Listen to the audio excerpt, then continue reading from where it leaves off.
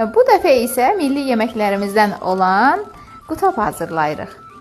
Bir ucarlı olaraq biz buna kətə də deyirik. Göy kətəsi, şor kətəsi və qarın.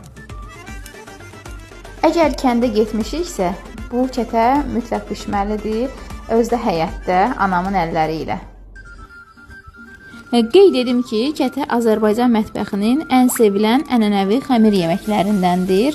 Regionlara görə həm içiliyi, həm də bişirilmə üsulu dəyişir. Amma əsas mahiyyəti eynidir. Yəni nazik şəkildə yayılmış xəmirin içərisinə müxtəlif isliklər qoyulur, qızardılır və ya sobada bişirilir. İstliyinə görə də kətə növləri fərqlidir. Kartoflu kətə, balqabaqlı kətə, göyərtili, kəsmikli, ətli. Mən isə ən çox göyərtili və ətli kətə xoşlayıram. Həqiqətən də ocaqda bişən kətənin öz dadı, öz ləzzəti olur.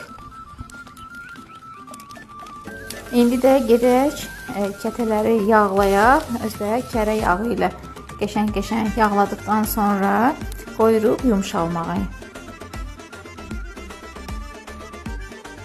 Bu proses isə bilirsiniz necə baş verir.